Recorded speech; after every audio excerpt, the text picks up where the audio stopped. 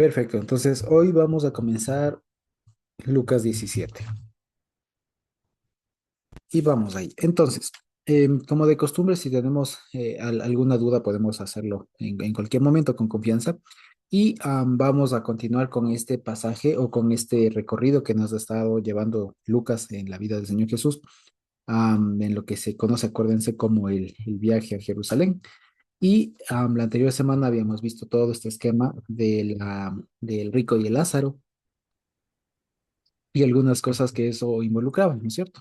Y luego ahora entonces vuelve la atención del Señor Jesús ya no a los que estaba, con quienes estaba un poco discutiendo, si se quiere, ¿no es cierto? Que eran aparentemente los fariseos que creían esas cosas y todo lo demás, ¿no es cierto?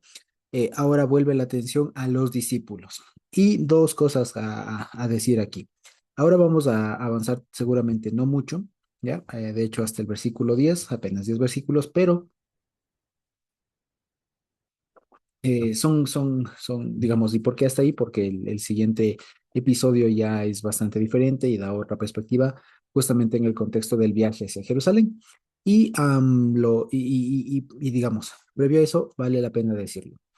Estos 10 versículos que vamos a ver en realidad es un compendio de cuatro pronunciamientos del Señor Jesús que no tienen mayor vínculo uno con otro. Y nos encontramos de nuevo ante estos pasajes que si los cogemos solitos se entienden, pero si es que intentamos darle una continuidad, una secuencia, es muy complicado. Por lo tanto, por eso vamos a analizarlos así.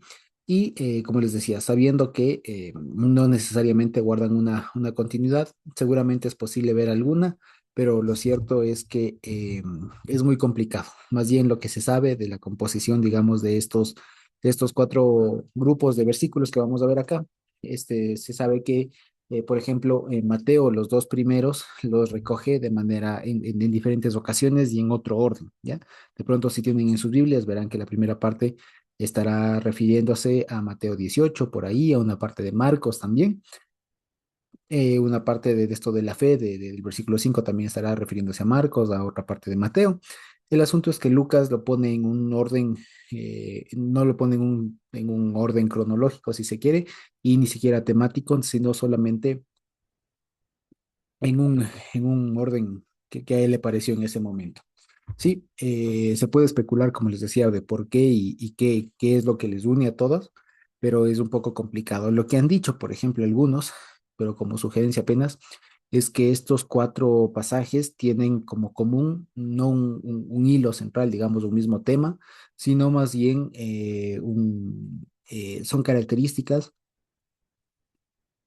que deben tener los discípulos, ¿ya? Y en ese sentido, en algo se concuerda, y si de pronto rascándole un poco más se ve lo que viene diciendo en contra de los fariseos, pues tendría que ver con algún contraste con eso, ¿no? Entonces, cómo los fariseos entienden mal las cosas y ahora los consejos o las directrices que da el Señor Jesús hacia sus propios discípulos. Vale también la pena indicar algunas cosas antes de comenzar, ¿ya? Para no repetir cada vez que lleguemos. Mucho de lo que dice aquí, evidentemente, es algo simbólico, es algo apenas ilustrativo cuando habla de las cosas que sí, que podrían llamar la atención. O sea, estas que también son cosas en común que tienen, ¿no? Tienen la idea de enseñar algo a través de cuestiones conocidas, de cuestiones cotidianas. Entonces, por ejemplo, el hecho de que sugiera que alguien que vaya a hacer caer a un pequeñito, se amarre una piedra de molino y se arroje al mar, evidentemente esto estaría, si lo tomo literal, estaría haciendo una invitación al suicidio y por lo tanto no es así. ¿Ya? Son apenas exageraciones, si se quiere, o pronunciamientos que el Señor está enseñando. Lo mismo el tema de, si es que alguien se peca 7 veces al día contra ti, tienes que perdonarle 7 veces. Y es evidente que es una exageración, es algo que está diciendo el Señor solamente para resaltar el punto. Lo mismo el tema de la fe, ¿no? De la fe, de si alguien tiene la fe como el grano de mostaza, puede decir que un árbol se desarraigue y se bote al mar. Lo mismo. ¿Ya? Y lo otro con el tema del esclavo, ¿ya? Es igual una cosa, pero impensable, es una cosa que en la realidad no pasa, pero que el Señor Jesús lo enuncia para dejar claro el punto al que quiere llegar. ¿De acuerdo? Son básicamente, digamos, ejemplos. ¿Ok? Entonces, eso básicamente. Entonces, con esas premisas, si se quiere, podemos ir una por una. La primera está de Lucas 17, el versículo 1 hasta el versículo 3. El 3 la primera parte, el segundo desde el versículo 3 la parte B hasta el 4. Luego la otra del 5 al 6 y la final del 7 al 10. Entonces, vamos viendo una por una. La primera dice, Jesús dijo a sus discípulos, ¿ya? Y como les decía, esto es algo interesante porque vuelca otra vez Lucas la atención del Señor hacia los discípulos. Acuérdense que antes había un ir y venir entre a la gente, a los fariseos, a los invitados, a no sé dónde y tal. Entonces aquí vuelve la atención a los discípulos, ¿ok? Y dice, y les da una enseñanza, le dice, es imposible que no vengan tropiezos, ¿ya? Pero hay de aquel por quien vienen. Mejor le fuera que se le atase al cuello una piedra de molino, perdón, y se le arrojase al mar, que hacer tropezar a uno de estos pequeñitos. Miren por ustedes mismos, ¿ya? Hasta ahí va el primer dicho. Entonces, punto uno. En la Reina Valera creo que ponen justamente la palabra tropiezo, ¿cierto? Si de pronto tienen otra versión, sería bueno que nos comenten cómo dicen, ¿no? Es imposible que no vengan y vamos a ver qué dicen, ¿no? Si de pronto tienen otra versión que no sea la Reina Valera, si es que alguien lo tiene por ahí, sería buenísimo, ¿no? Es imposible que no vengan, no sé si de pronto alguien lo tiene por ahí, alguna versión que no sea la Reina Valera. ¿Qué pone?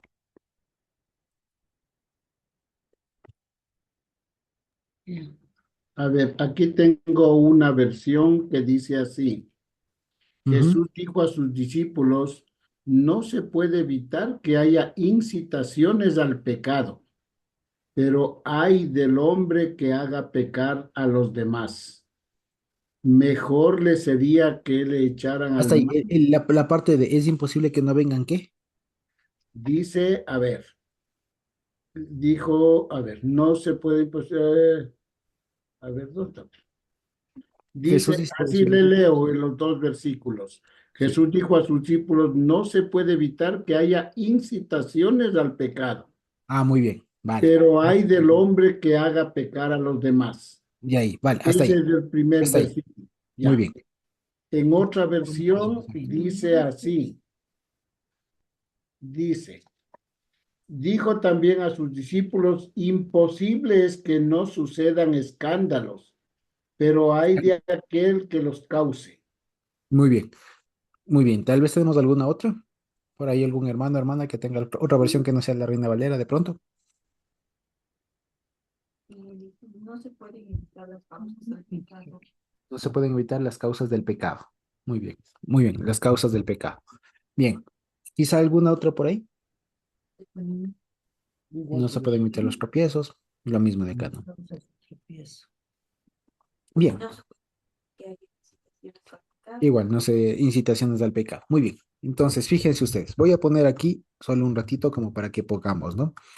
Dice incitaciones al pecado. Luego el otro ponen escándalos. Y eso básicamente, ¿no es cierto? Incitación del pecado y tal. Bien, ahora, la pregunta es con cuál me quedo, ¿cierto? Ahora, vale la pena decirlo aquí una cosa que ya lo vimos hace un tiempito, pero vale la pena recordarlo. La palabra griega que aparece ahí es escándalo. Ya, si no me equivoco, creo que se escribe algo así, escándalo, algo así.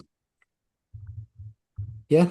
Puedo estarme equivocando, pero escándalo es, ¿de acuerdo? De ahí que muchas versiones traduzcan por escándalo. Pero ¿cuál es el asunto? Que un escándalo, un escándalo, que es en plural escándalo, originalmente eran trampas que hacían especialmente que las personas o que algo se caiga, que una trampa de casa, digamos, ¿ya? Eso era un escándalo, ¿de acuerdo?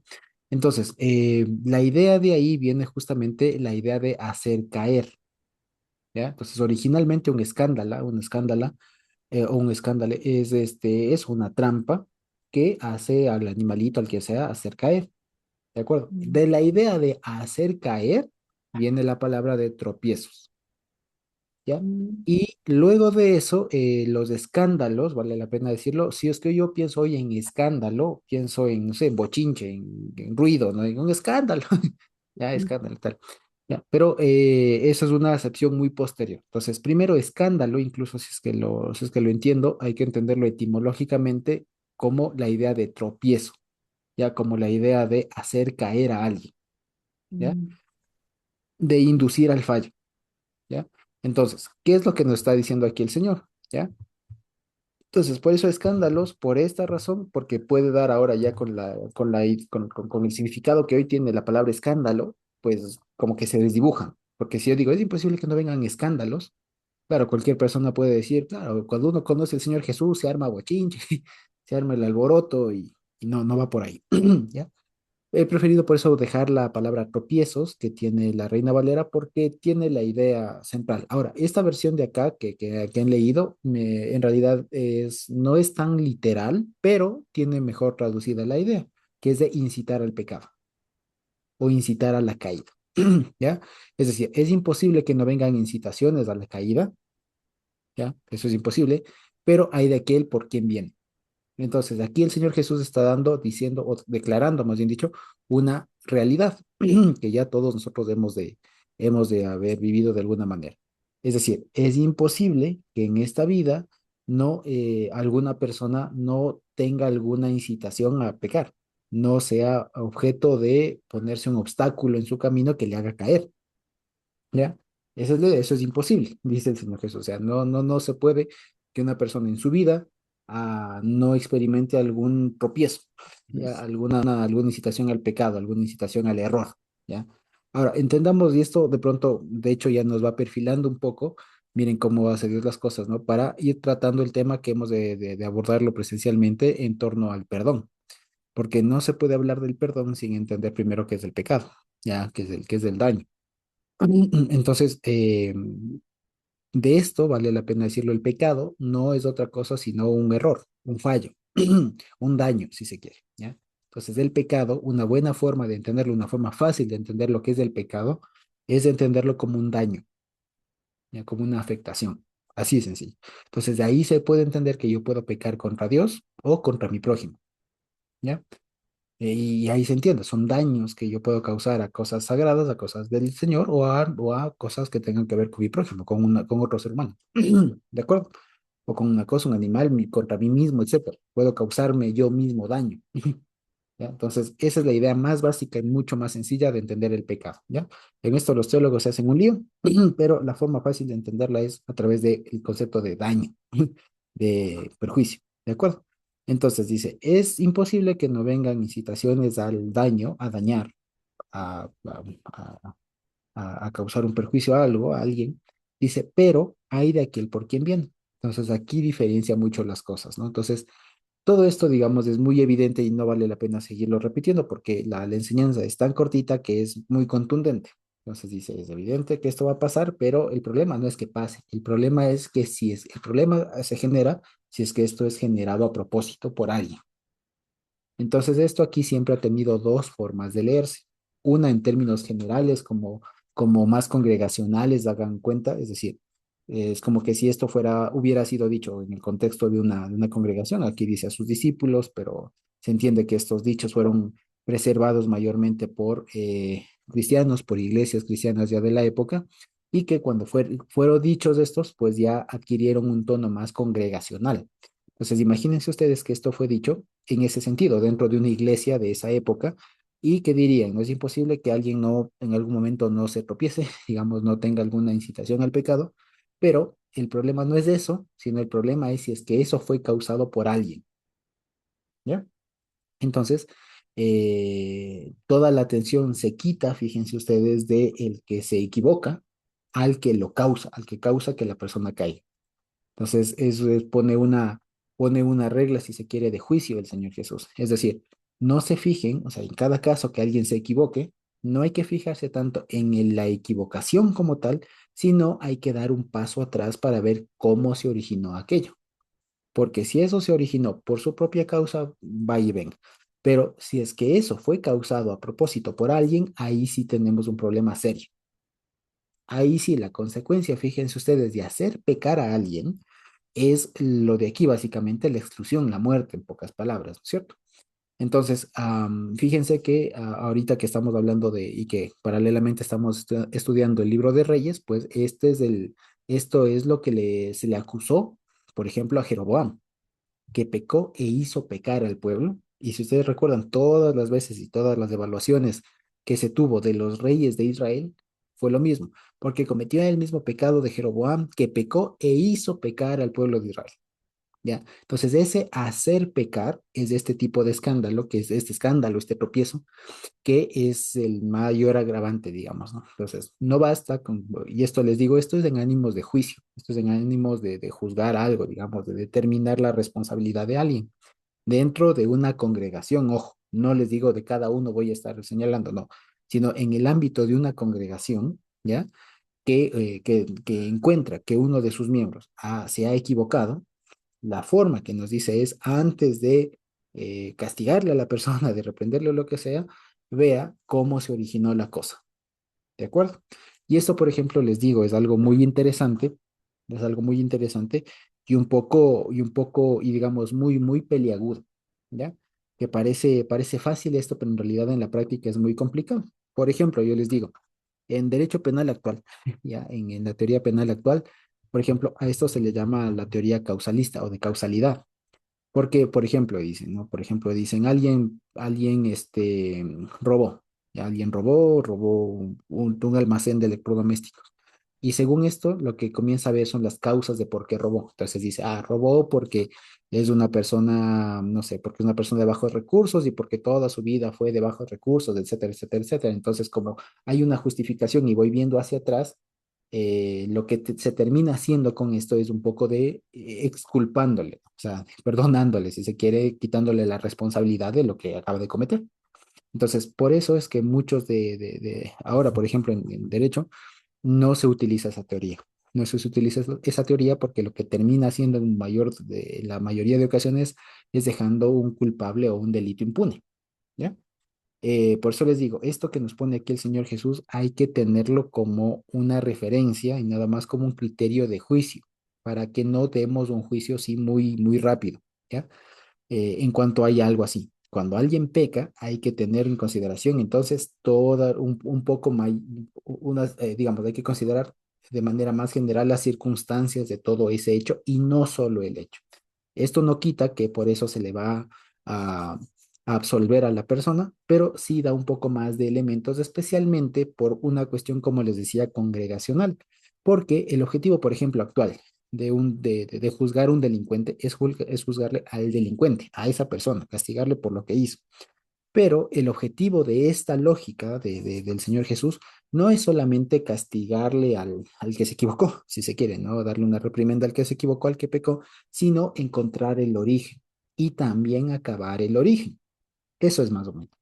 Entonces, más o menos lo que aquí está haciendo el Señor Jesús, ustedes se fijan, es una cuestión muy potente porque lo que está diciendo es cuando ustedes detecten como cristianos, como congregación, un error de un hermano, dense cuenta de pronto que eso no sea síntoma, ¿no? O sea, que eso no sea el producto de algo más, ¿ya? Que hay que abordarlo, sí, pero que no sea un producto de algo más, porque si es que hay algo más detrás, tienen también que hacerse cargo de ese algo más, ¿ya? Lo que significa es que esto, por ejemplo, pone en responsabilidad a la iglesia no solo del hermano que se equivocó, sino de pronto de ver algo más estructural, por ejemplo. Entonces es una cosa mucho más amplia y por eso les digo que no es tan sencillo, ¿ya? Esto, como les digo, de aquí de mejor le fuera atarse al cuello y todo lo demás, es una forma apenas es una forma apenas de, perdón, es mejor, es que justo está hablando el Alex. Entonces, es una forma apenas de resaltar esta máxima, ¿no? De ver cómo es que se forjan, digamos, o cómo es que se forman, o cómo se pueden formar los errores dentro de una congregación y de qué campo, qué rango de acción tiene la congregación respecto de cada una de esas. Finalmente, el Señor aquí termina con una recomendación general, individual, si se quiere. Por lo tanto, miren por ustedes mismos, ¿ya? Es decir, este miren por ustedes mismos se lo puede ver de varias maneras. La una, como les digo, como que si fuera dicho a ese grupo en específico, particular, en ese instante que fue dicha la frase, evidentemente el resultado es una reflexión personal. Mire de que yo mismo no haga caer a otro hermano. Es evidente, ¿no es cierto?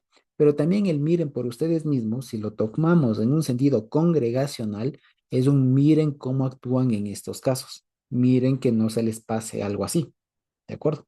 Porque ya les digo, esto está dado mayormente en un ámbito congregacional. Y si bien la reflexión primera es que es evidente, pero digamos, por eso es que uno, digamos, no gana mucho repitiendo, ¿no? Es evidente que la enseñanza primera que se aprende de aquí es que usted como cristiano no tiene que hacer pecar al hermano. Eso es evidente, ¿no es cierto? Pero luego lo otro, que no es tan evidente, es la responsabilidad que tiene la iglesia, la congregación, para actuar cuando se detectan este tipo de cosas, que se puede y se debe hacer, ¿de acuerdo? No solo el brote, si se quiere, sino de pronto ver si es que hay algo más de fondo, ¿ya? Hablando en términos cutáneos, ¿no? O sea, no hay que ver solamente si es que el problema es que me salió un granito, sino si de pronto hay un virus que lo ocasionó. Invento, ¿ya? Algo así, ¿ya? Eso es lo primero, ¿ya? Luego, lo segundo, fíjense, es otra cosa. Dice, si tu hermano pecare, repréndele, y si se arrepintiere, perdónale. Si 7 veces al día pecare contra ti y 7 veces al día volviere a ti diciendo me arrepiento, perdónale, ¿ya? Y esto, como les digo, nos va acercando un poco también al tema del perdón, ¿de acuerdo? Aquí, una buena forma de aproximarnos es esto, pero como les digo, esto es una forma muy, muy abrupta, digamos, muy en términos muy gruesos de decirlo. Esto hay que desmenuzarlo mucho y en su momento, si Dios permite, ahí en presencia lo haremos. Dice, si tu hermano pecare, dicho de otra manera, si tu hermano te hace un daño, ¿ya? Si tu hermano te genera un daño, dice, lo primero que hay que hacer es repréndele. Repréndele no es en el sentido de amonéstale, digamos, en el sentido de sácale una tarjeta roja, una amarilla y decirle, cuidado, alguna cosa así, no como reclámale, no, no es en el sentido de reclamo, sino más bien de corrígele, hazle notar su error. ¿De acuerdo? Que esto, como les digo, implica muchas cosas, porque cuando alguien nos causa un daño, humanamente hablando, lo primero que uno tiene ganas no es de hacerle entrar en razón al otro, sino de desquite, de venganza, si se quiere, ¿no? Entonces, esto, como les digo, el solo hecho de que aquí el Señor Jesús sugiera y disponga, no solo sugiera, que ordene que ante un daño recibido, la primera actitud que nosotros tenemos que tomar es la de tratar de hacerle entrar en razón al otro, es un estándar muy alto, ¿ya? Porque eso significa que uno primero hizo todo el cálculo de ver cuánto me dañó, para que el otro luego entienda lo que eso generó para mí, ¿ya? Esto, por ejemplo, se habla mucho hoy en cuando se habla de esto de inteligencia emocional y todas esas cosas, de responsabilidad afectiva, por ejemplo, se habla mucho de eso, ¿ya? De hacerse responsable de lo que uno dice, de lo que uno hace, por ejemplo, ¿ya?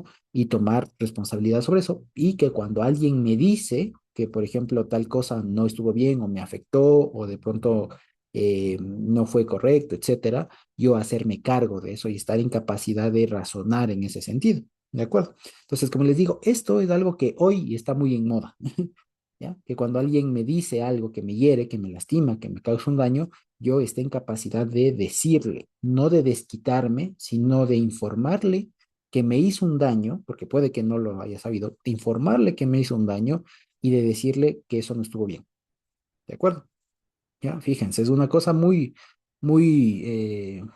actual, si se quiere, ¿no? Esto que el Señor Jesús dijo hace 2000 años casi, ¿ya? Eso él repréndele, entonces no es un, ve, cógele, sacúdele, en el nombre de Jesús, alguna cosa así, no, no, no es ese repréndele, es un amonéstale, es un hazle entrar en razón, si se quiere, ¿ya? Y dice, y si se arrepintiere, es decir, si volviera en sí, perdónale, ¿de acuerdo? Entonces fíjense que además sigue subiendo la vara para el que recibe el perjuicio.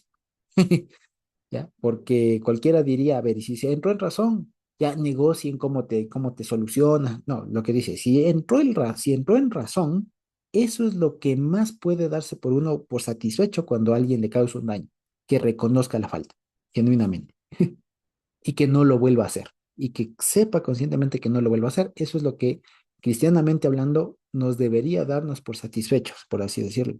No tanto que me restituyan posiblemente lo que me dañaron, ¿ya? Porque puede ser que no sea reparable, pero lo más que el Señor nos permite aspirar es a que la persona recapacite. Y si la persona recapacita, entonces pues, se puede dar un genuino perdón, si se quiere. Es decir, perdónale, entiéndase no solo la falta, sino también la reparación. O sea, es un tema mucho más amplio, mucho más grande, ¿ya? Pero ojo, eso también. Aquí está hablando de el hermano, porque acuérdense que todo esto también tiene otra cosa en común, que es que está hablando en un sentido congregacional. Esto no necesariamente o no estamos obligados a aplicarlo, por ejemplo, con gente que no es cristiana, ¿ya? ¿Por qué? Porque posiblemente los que no son cristianos, los que no han recibido, hablando así, Ruach HaKodesh, es más probable que no recapaciten. ¿Ya? Pero en términos generales nunca está por demás hacer esto. Pero si uno ya anticipa que la persona, o habiéndonos causado un daño, no va a reaccionar, no va a reconocer su error y a arrepentirse, pues ahí el procedimiento sería distinto. Aquí, como les digo, está hablando en un contexto de congregación, de una realidad social que iba a pasar, y que pasa siempre, que entre hermanos a veces una mirada se malinterpreta, una broma a veces se malinterpreta, o a veces se causa daño sin querer, etcétera. Los típicos roces de la convivencia, ¿ya? Entonces, en ese sentido, lo que el Señor nos dice es, en pocas palabras, ténganse la suficiente confianza para que si es que un hermano te causa un perjuicio, te causa un daño, ve y dile, hazle saber, y si es que se arrepiente, si es que entra en razón, perdónale, no pasó nada. Y ya está. ¿De acuerdo? Esto, como les digo, en términos muy generales, ¿ya? Hay que ver, vale la pena decirlo caso a caso, pero en términos generales, esto es la máxima que el Señor Jesús nos da, ¿ya? Habrá casos en donde hay un daño muy grande que no baste con esto, no baste con que la persona recapacite, para perdonar, digamos, ¿no? Tal, sino habrá otro tipo de cosas que habrá que hacer antes de todo lo demás, ¿ya? Pero en términos generales, esto es lo que debería guiar la práctica del perdón, si se quiere. Es decir, la reprensión y el arrepentimiento. Esas dos cosas, ¿ya? Y luego nos pone ¿cómo se suele decir? Una hipérbole, ¿ya?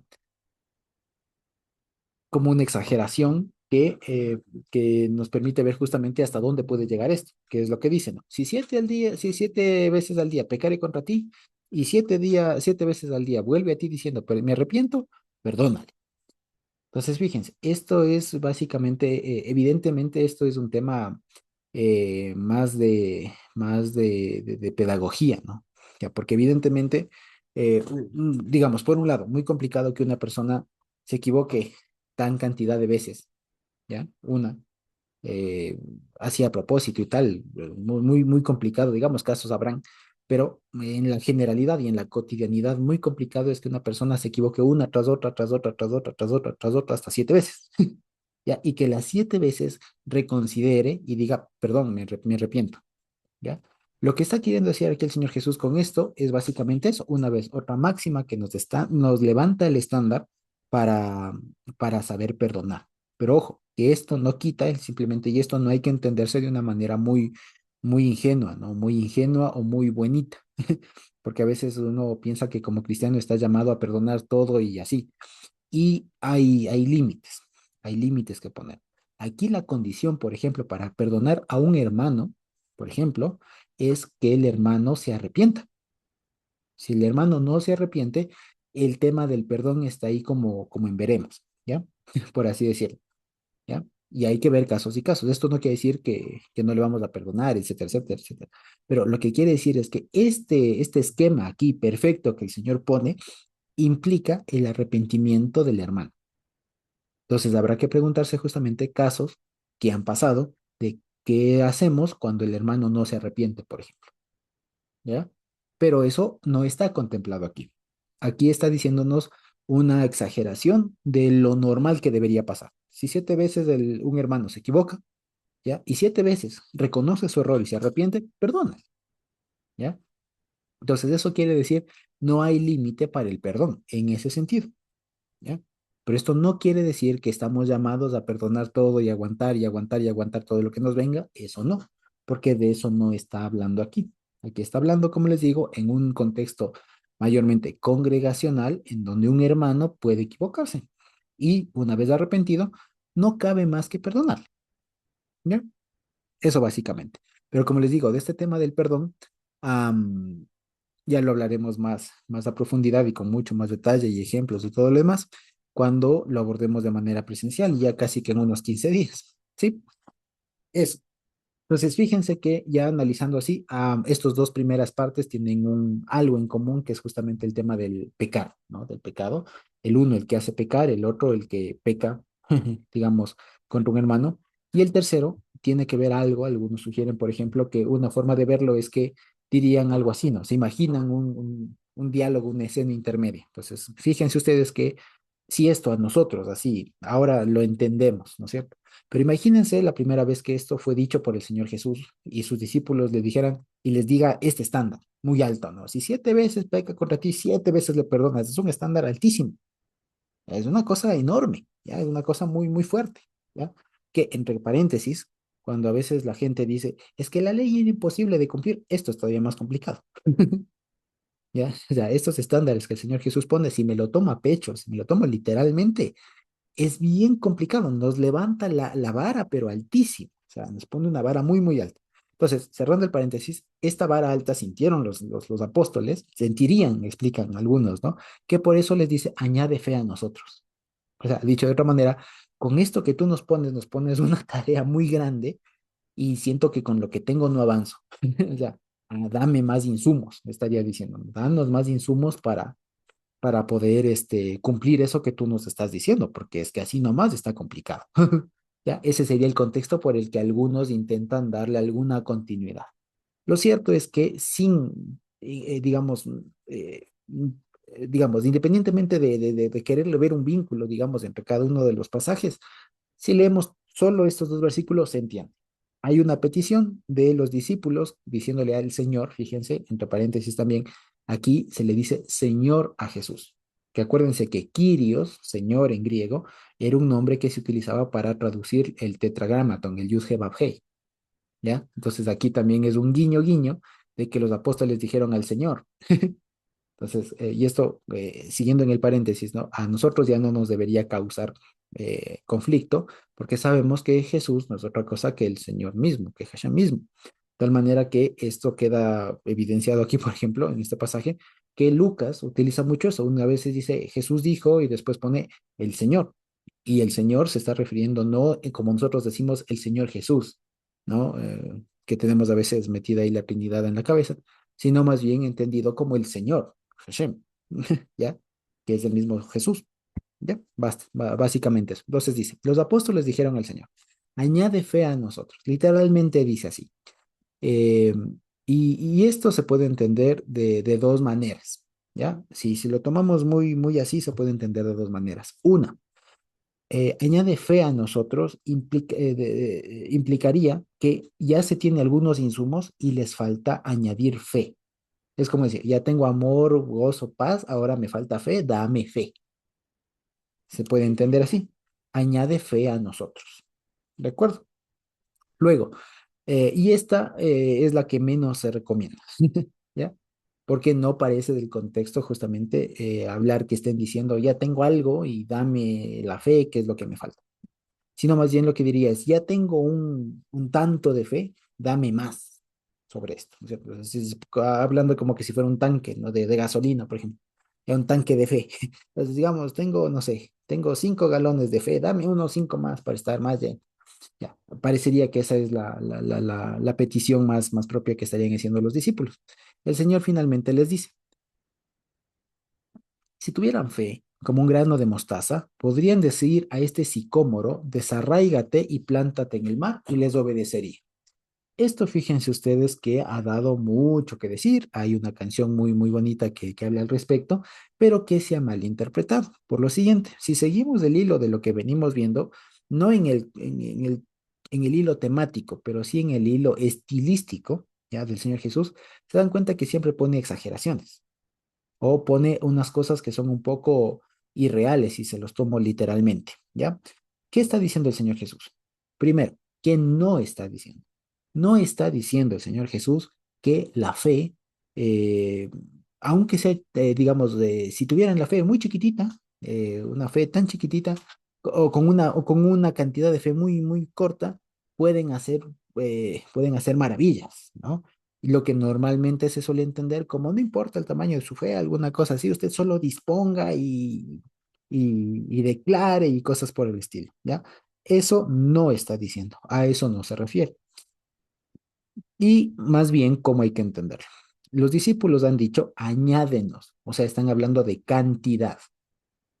El Señor Jesús, con este ejemplo que les pone, le está diciendo, a ver, no es cuestión de cantidad, es cuestión de calidad.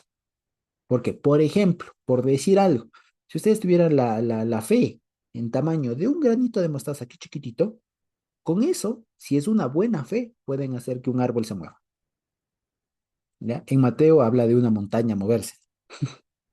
¿Ya? Entonces, fíjense, entonces lo que está diciendo es, a ver, ustedes están entendiendo mal la cosa. No es que ustedes tengan un tanque, un depósito de fe que puede ir aumentando o mermando. No, lo que dice, su fe se mide por la calidad. Puede ser que ustedes tengan una fe chiquita, pero si es de la buena, pueden con eso darle suficientemente y les sobra. ¿Ya? Entonces, eso es lo que les cambia la mentalidad a los discípulos. Y eso es lo que quiere decir el grano de mostaza, la fe como un grano de mostaza. ¿Ya?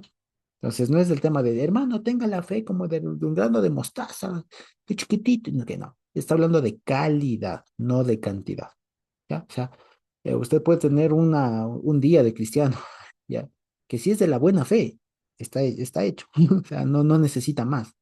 ¿De acuerdo? Ahora, vale la pena decirlo. Una vez más, cuando hablamos aquí de fe, no estamos hablando necesariamente de este sentimiento de devoción, si se quiere, de absoluta confianza o de positivismo, de la fe, de métale fe, hermano. O sea que no necesariamente.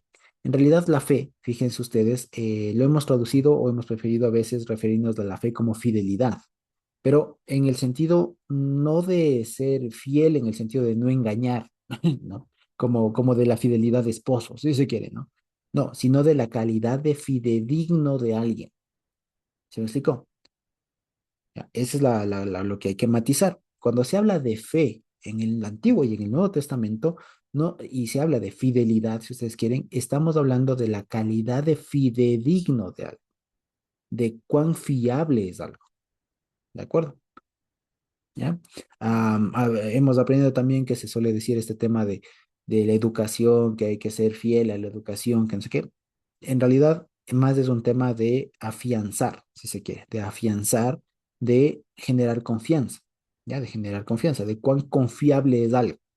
Entonces, tranquilamente aquí, por ejemplo, podríamos traducir así, añade confianza en nosotros. O sea, incrementanos la confianza. Fíjense. O sea, se entiende confianza en el Señor, ¿ya? O sea, la calidad de reconocer a Dios como confiable, entiendas, como inamovible, como alguien seguro, ¿ya? Esa es la cuestión. Entonces, añádenos de eso. Lo que el Señor les dice, si ustedes tuvieran la confianza chiquitita, basta, ¿ya? Una vez más, el asunto no es de cantidad, es de calidad, ¿sí?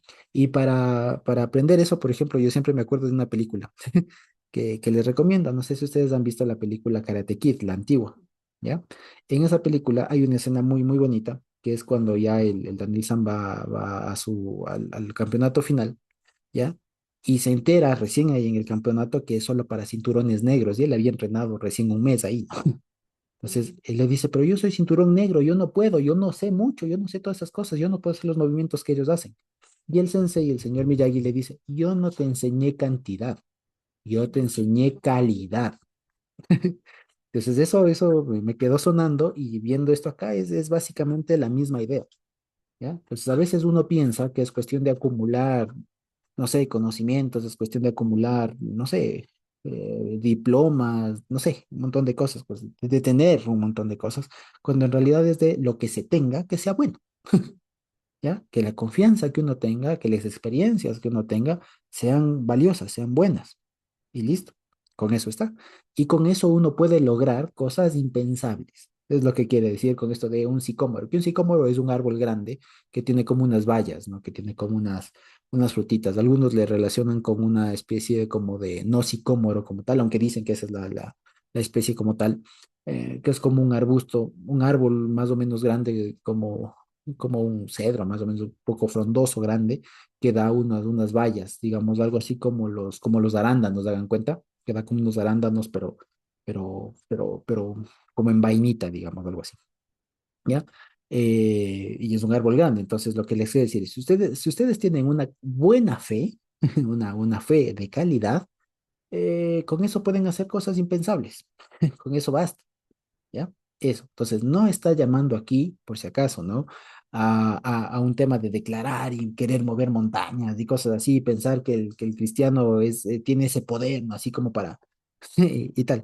Que dado el caso se puede ejercer, claro que sí, pero no es como por default que todos tenemos eso, ¿no? Simplemente lo que está diciendo únicamente es el Señor. El buen cristiano debe tener no una cantidad de fe o presumir, sino de una cantidad buena que lo mucho o poco que tenga, si quieren hablar de números, sea bueno. Así de sencillo, ¿ya? Es como, por ejemplo, algún amigo por ahí comentaba, ¿no?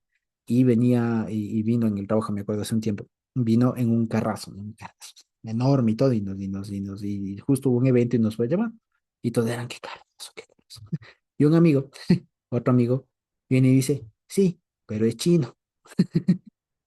Entonces, claro, entonces con eso le bajó al carro, porque claro, era carrote enorme, todo lo demás, y todos asombrados por los juguetes que tenía y las luces, todo lo demás, y los implementos que tenía. Pero este otro amigo le dijo, sí, muy bonito todo, pero es malo. Entonces, básicamente, eso es como para que veamos. Entonces, alguien puede decir, yo me sé un montón de versículos, tantos años de cristiano, no sé qué, bueno, ya. Todo eso sí, pero tu confianza, tu capacidad de reconocer la confiabilidad del Señor es poca. Y es a lo que se refería con hombres de poca fe, cuando les decía eso el Señor Jesús.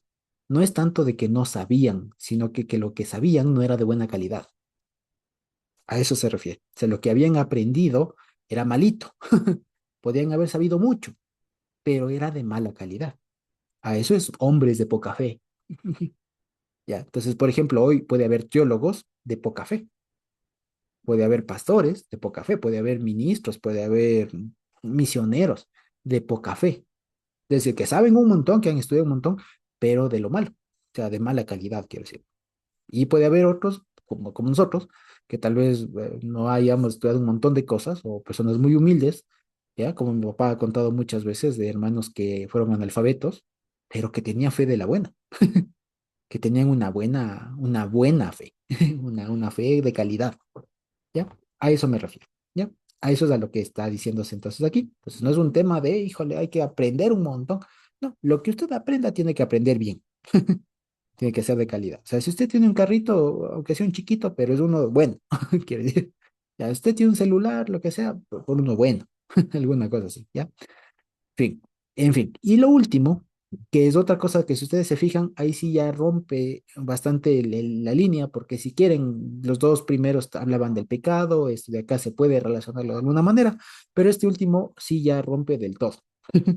Ya, del rompe del todo porque pone un ejemplo que era muy conocido en la época, era muy entendible, pero que no tiene mucha, digamos, es muy complicado encontrarle una conexión, ¿no es cierto? Entonces dice, ¿quién de ustedes, teniendo un esclavo, y aquí vale la pena decirlo, he puesto la palabra esclavo, porque es la palabra que mejor permite entender el sentido de este pasaje, ¿de acuerdo?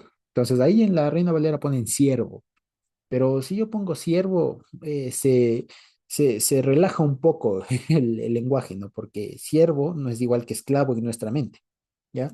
Porque el esclavo es alguien que no tiene derechos, ¿ya? Un siervo, si yo lo hablo hoy en términos normales, digamos, por ejemplo, yo soy servidor público, ya, si quiero ponerlo, yo soy siervo público, ¿ya? Pero lo que se entiende es que yo soy trabajador, yo gano algo. El esclavo no gana nada. El esclavo no tiene derecho a ganar. Entonces, por eso es que en esta ocasión he preferido poner la palabra esclavo antes que siervo, para que quede bien clara la realidad social de la que está hablando el Señor Jesús. Y dice, ¿quién de ustedes teniendo un esclavo que ara o apacienta el ganado, al volver él del campo le dice, pasa, siéntate a la mesa? No le dice más bien, prepárame la cena, ciñete, o sea, vístete y sírveme hasta que haya comido y bebido, y después de esto come y bebe tú.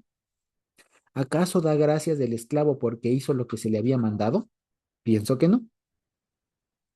¿Ya? Entonces, ¿qué realidad está describiendo? No está describiendo la de un empleado actual o de un empleado que también había en las épocas. La diferencia es que si era un empleado, el empleado hacía la cosa y le pagaban. Es decir, el trabajo que hacía generaba una deuda para el que le estaba empleando. ¿Ya? Es decir, él trabajaba y lo que hacía es que el que le contrató le deba pagar algo. ¿Ya? La diferencia con el esclavo es que hacía todo y no tenía derecho a reclamar nada. ¿Ya? Esa es la cuestión. Entonces, por eso es un ejemplo muy cotidiano para esa época. Todo el mundo debió haber entendido la dinámica social que estaba detrás, o sea, de que alguien se saca la madre haciendo todo y no tiene derecho a reclamar nada. O sea, toda la obra no ganó nada para él. Era lo que tenía que hacer, ¿ya? Que es a donde va a terminar justamente la reflexión del Señor Jesús. Dice, así también ustedes, cuando hayan hecho todo lo que les ha sido ordenado, digan, esclavos inútiles son. Fíjense. Pues lo que debíamos hacer, hicimos. Ahora, aquí quisiera también de pronto pedirles que si tenemos otra versión de la que no sea la Reina Valera, veamos que ponen, especialmente en esta última parte, ¿no? En la Reina Valera ponen siervos inútiles somos. De pronto, ¿cómo lo ponen en otras versiones? Esta última parte, ¿no? ¿Cómo lo ponen? Esclavos inútiles, ¿cómo lo ponen? Siervos, ¿cómo lo ponen?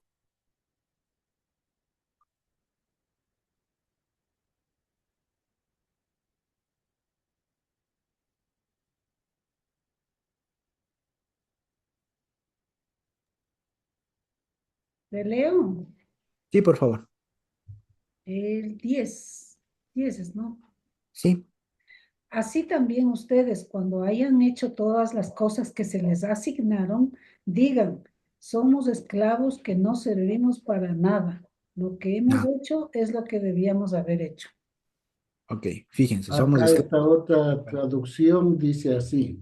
Ajá, Así también ustedes cuando ya hayan cumplido todo lo que Dios les manda, mm, deberán decir, somos servidores inútiles, porque no hemos hecho más que cumplir con nuestra obligación.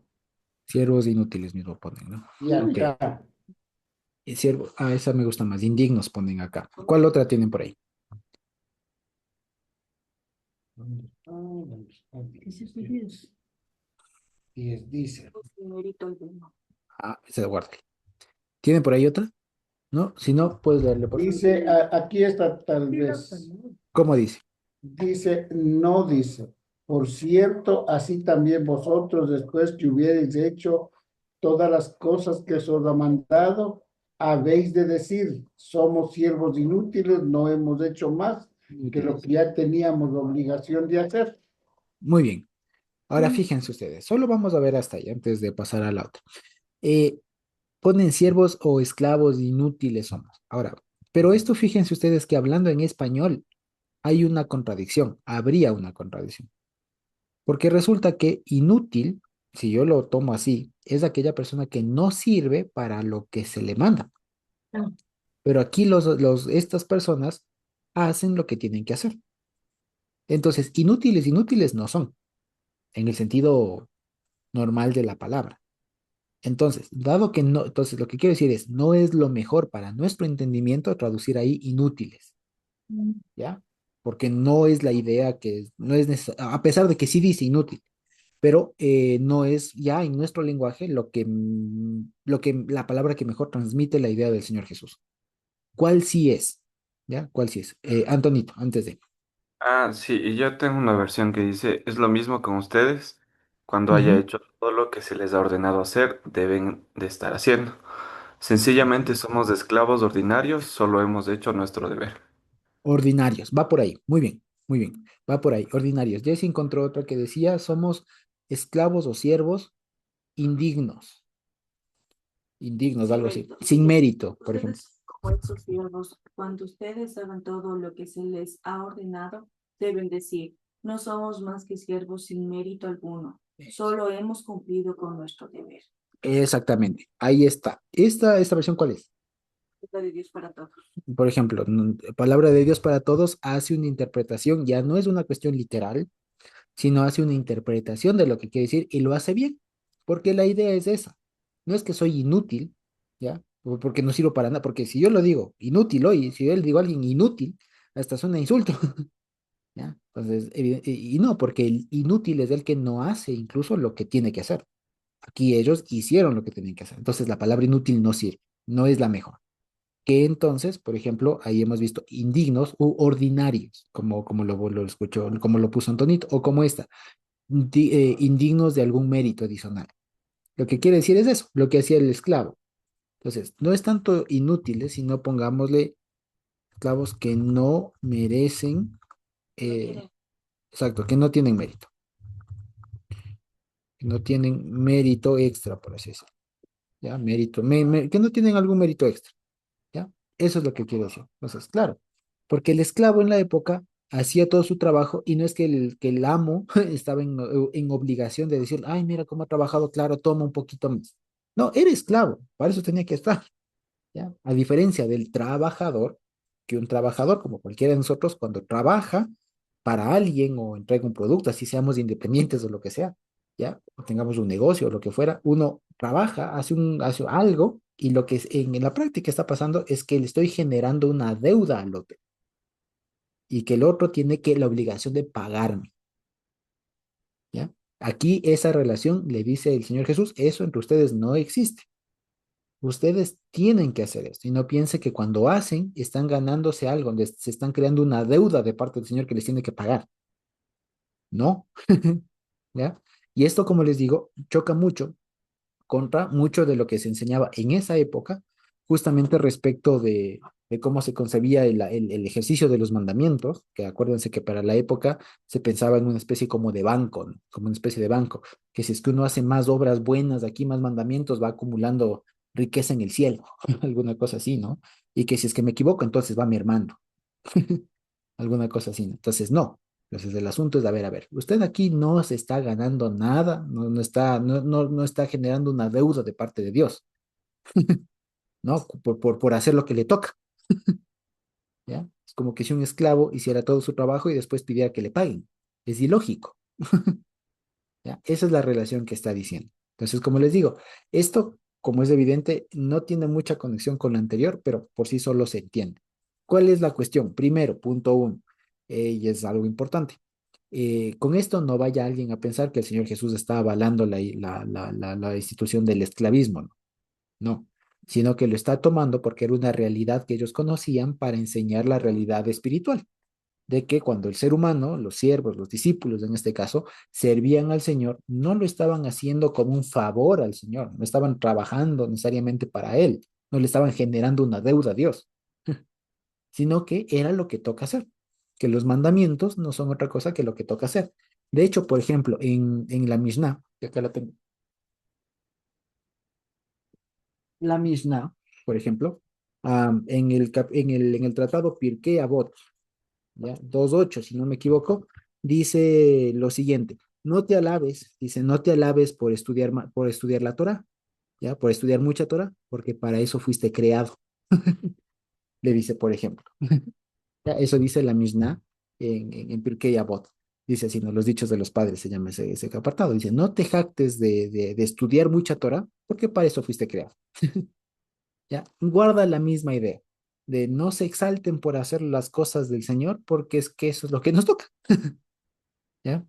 Entonces, eso básicamente. Entonces, fíjense ustedes, entonces, habría que modificar un poco, ya para ir terminando, las palabras, ¿no? Las palabras que decimos cuando nos referimos a esto, ¿no? Porque se escucha un poco raro. A mí especialmente me ha hecho un poco de ruido el tema de decir, siervo inútil soy.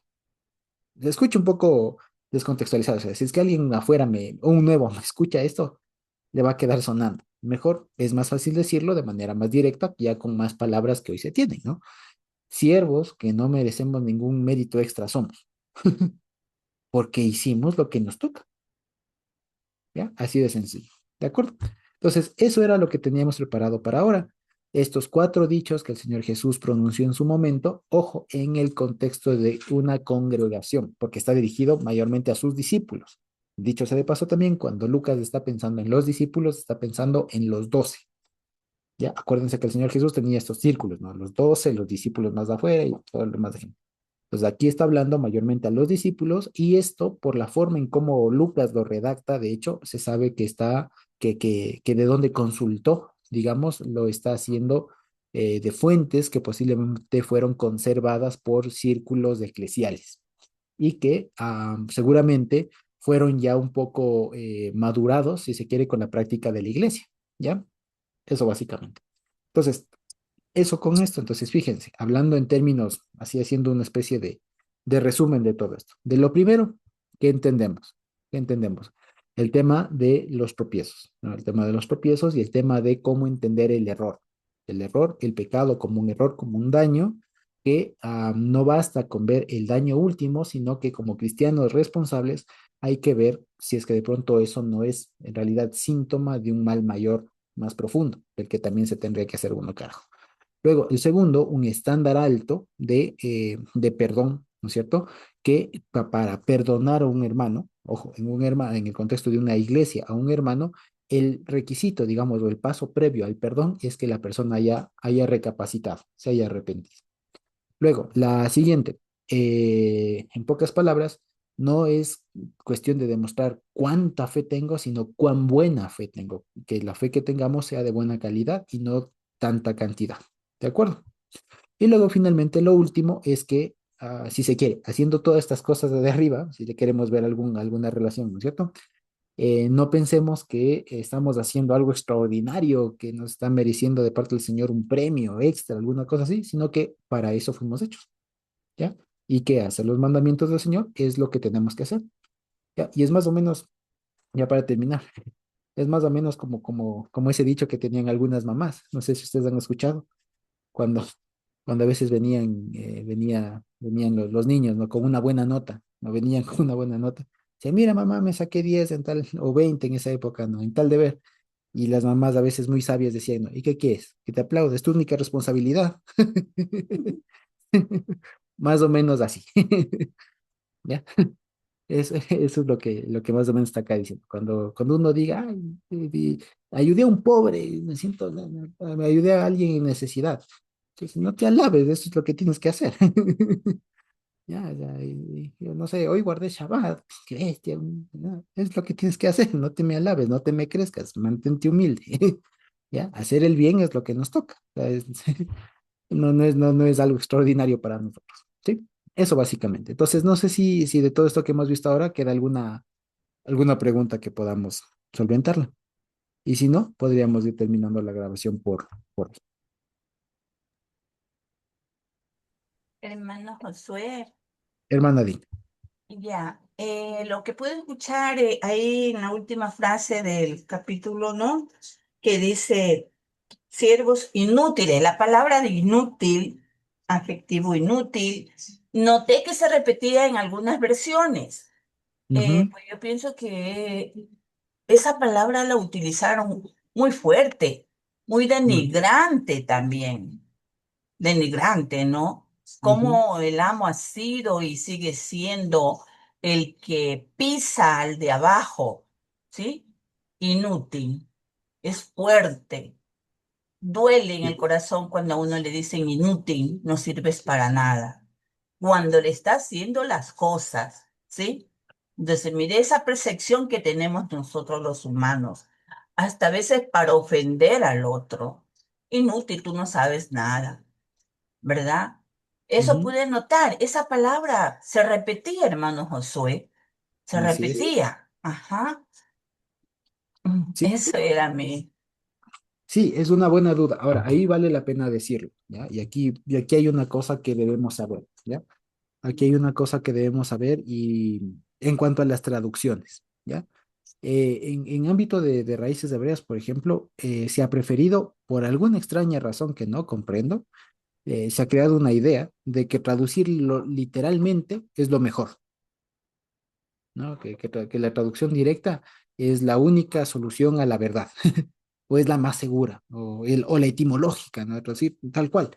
Resulta que esto puede conllevar más bien a errores, porque como en este caso, o sea, por ejemplo, es cierto, por ejemplo, que la palabra que ahí está en griego es inútil, ¿ya?